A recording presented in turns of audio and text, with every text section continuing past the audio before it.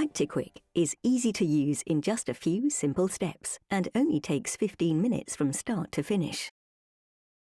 First things first, if you don't already have it, head to your App Store and download the Bactiquick app. Follow the on-screen instructions to create your account and connect to your Bactiquick device. Just make sure you have Bluetooth enabled. Turn on your Bactiquick device. The lights will flash up to let you know the battery level. It'll take a minute or so to warm up. When the blue light stops flashing, it's ready to go. Collect your water sample in a clean container and from around a 30 centimeter depth to avoid picking up sand, silt or debris. Next, open a fresh transfer pipette, being careful not to put it down.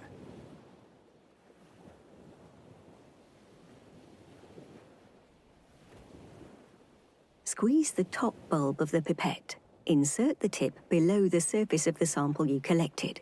Slowly release the bulb fully to draw up the liquid. Make sure the tube is completely full as pictured, and avoid these common mistakes. Dispense the sample into the blue cap tube by slowly squeezing the top bulb. Close the lid and give it a good shake. Now take a grey capped tube and open using the tool provided.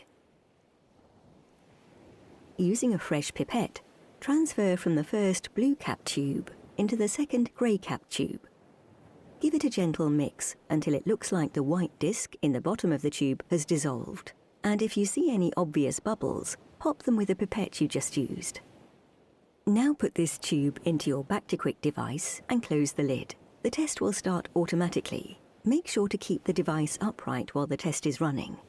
After 13 minutes, the result will be displayed as either green for low risk, orange for medium risk, or red for high risk. It's as simple as that. And if you've connected your Bactiquick device to the app, your test result will be logged there too. Just open the app and tap on Upload Test when you're near your Bactiquick device and it's switched on. Don't leave it to chance. Test with Bactiquick.